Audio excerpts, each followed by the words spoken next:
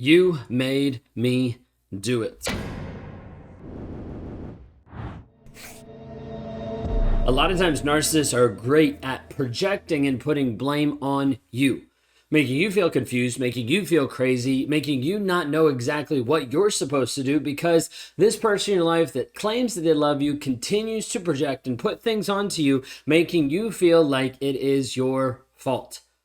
How many of you watching this video right now would say you have been blamed or projected on, or it has been shown that it's your fault from the narcissist or the toxic guy in your life? Type in me down below, because I want you to see and understand like this is commonplace. This is normal.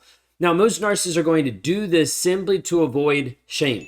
Shame is one of the big things that's underlying narcissistic personality disorder that a narcissist is running from, that he's trying to get away from, that he's willing to do anything and everything, even if it means hurting and abusing you, to be able to avoid it. One of the ways that narcissists will do this type of thing is to project or to put blame on another person. Now, projection is sort of like blame, but it's slightly different at the same time. Projection oftentimes is placing qualities, ideas, and thoughts on you that aren't you. Kind of the same thing as blaming, but it's not always that way.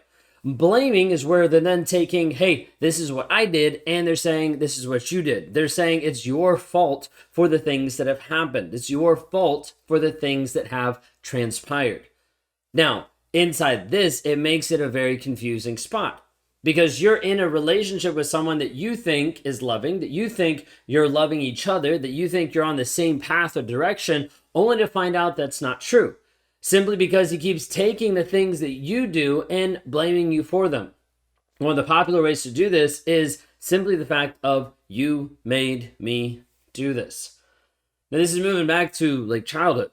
Now, this is moving back to the 4, the 5, the 6-year-old that is saying, Tommy made me mad. He made me do this.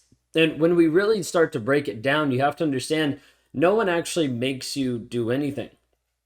People can put you in a container or can put you in a space or can put you in an opening to have a certain reaction or response. But at the end of the day, it's also your choice how you're going to react and how you're going to respond. Now, this gets dicey when we start talking about narcissistic abuse, because then you're thinking, well, wait a second. Is he slowly implying that it's my fault that I was with the narcissist, or it's my fault of how I react? No, I'm not. But what I'm saying is, once you're aware of what you're struggling with, once you're aware of the toxicity that you're in, then it is your responsibility. I'm not saying that, hey, you should have known, because that's impossible for you to know. I'm not saying you should have seen the red flags and figured it out and adjusted your course of life, because you didn't know. You didn't have the knowledge at that point. But when you do, then it provides this opportunity for you to actually make a choice. The hard part is when you're with a narcissist for so long, you start to think and believe and be conditioned to believe that you don't have a choice. You always have a choice. It's not always a fact that you don't have the right resources. Sometimes it's simply that you're not resourceful enough. You might have to learn something new. You might have to figure something out. But there's always a way to be able to move forward in your healing, in your growth, in your development, whatever that might be. But when this is happening, the narcissist continues to project and to blame and to push things on you, saying, you made me do this. How many of you have had that specific phrase used on you? Typing me into the chat again. You're like, hey, this is something that I've seen used exactly the same way. He said, you made me do this. Now, oftentimes I'll see this inside of the cheating relationship. He goes out and he cheats on you. Then when he cheats on you, he justifies it in his mind. She wasn't emotionally safe. She wasn't giving me enough sex. We weren't connected. She didn't communicate anymore. I don't know what she wants. She no longer respects me. There's a whole list of reasons that he comes up with, trying to think and believe and make sure his mind doesn't make him feel like a bad person. And so inside this, he has to become the victim. Narcissists are great at playing victims. Like, they can play victims all day long, every day, and win an Emmy for it. Because playing a victim for a narcissist feels almost like second nature. He's like, if I play the victim, then 1, it's not my fault. And then 2, I get all the attention. And I don't look like this abusive person. It's got its perks. And so he's typically going to play the victim to be able to elicit a response out of you. And play the victim so he can get what he wants out of you. Now, the hard part is when he plays the victim even before the relationship. Like, as you got into a relationship. I'm a victim of my circumstances. I'm a victim of the trauma in my past, how my parents abused me. I'm a victim of this previous relationship. All types of excuses that the narcissist will step into victimhood. And victimhood is a great way to be able to catch another person. Now, what I mean by that is many of you that watch some of these videos have a savior complex or feel like you can fix the other person. Like it felt like it was your divine calling or purpose to be in this person's life simply to help them get better. The problem was you started taking a savior role in this person's life. And there's not a savior role that you can take simply because you're not a savior. Fact of the matter is, there's only one of them that came to earth, and it wasn't you. So when we talk about this piece of trying to fix or change or modify or develop another person, you can't do it. There's no option for you to be able to do this. There's no lever that you can pull unless you're going to step into more manipulation. And if you do, you're only going to get temporary change, not long-lasting transformation from this person. Because it's not him deciding to change, deciding to be different. So he's going to continue to project and to blame and to push things on you. Now, the wild part is you start to believe it. You do. Over a period of time, you start to believe that it is your fault. Now, I had one conversation with one of our clients, and she was talking about how she had these doubts at times. Did I do the right thing? Should I have left? Like, I doubt myself because he just didn't hear me. Maybe if I would have said it in a different way. I had to pause and I had to ask her, I was like, how many times did you try to change how you said things? She was like, every day. Like, I was always trying to figure out how I could say something. And so I was like, so you mean to tell me that you tried to change how you're saying stuff every single day and you were with this guy for 10 years, that out of those like 36,000 times that you tried to do it, the next one was going to magically fix it? She kind of had to take a pause. Because then she was realizing the fact. She was realizing the reality of her situation. That the next thing that she had to say, the next way that she tried to communicate, it wasn't going to be the magical breakthrough. But it had already been proven over and over and over again that he wasn't willing to accept her. He wasn't willing to accept what she was saying. But she felt the blame because he kept putting it back on her.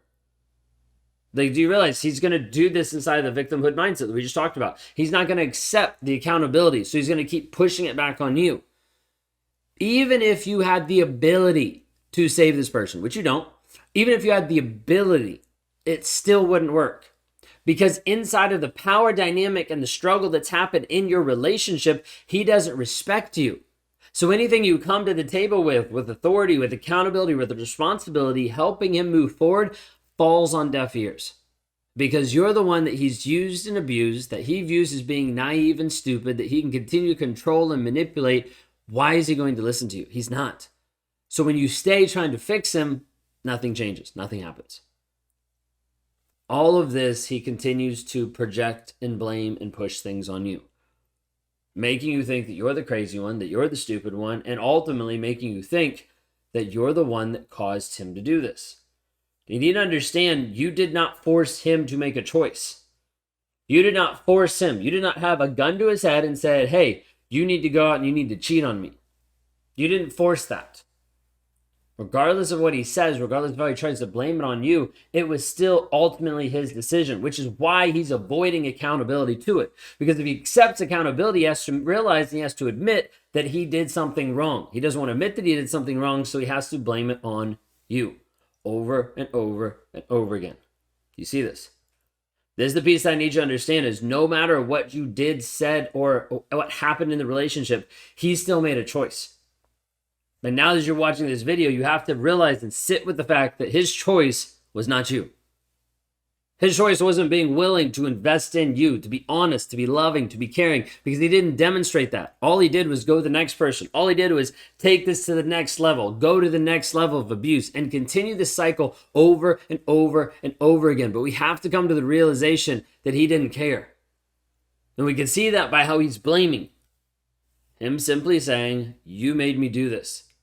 That means I'm a victim in my circumstances. That means it wasn't my fault. That means I'm not accountable for it. That means it wasn't me, it was you.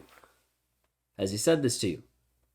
Narcissists will project and blame and rage and put everything back on you to try to make sure that they avoid accountability and responsibility of their actions. Try to avoid the ramifications, the consequences of their choices. Every single piece is a choice. Regardless of the amount of abuse, of trauma, of neglect, of things that are in his past, it still does not give him a right to choose abuse. And yes, it is a choice. It might be conscious, subconscious, and a lot of different places in between, but there still is a part of it that is a choice. And this is what I want you to understand. You're not forcing this person to do anything at all. No matter what he says, no matter how he projects it onto you, you did not make him do this. You did not make him cheat on you. You did not make him lie to you. You did not make him abuse you. Everybody else in his life didn't make him do that either. He chose. Because he has a choice now of how to respond, of what to do, of how to treat you, of how to show up or not show up in your life. If you're struggling with this and you want to find freedom from the toxic relationship that you're in, please reach out. Go to rawmotivations.com. Would love to be able to work with you. Would love to help you move forward in your healing process today. So check it out today. Go to rawmotivations.com. You can watch a video that I put together for you, just understanding more of what I do and how I help break people out of the triggers, the trauma bonds, build up who you are, establish your confidence, your certainty, and find you again. If that resonates with you, then go to rawmotivations.com today.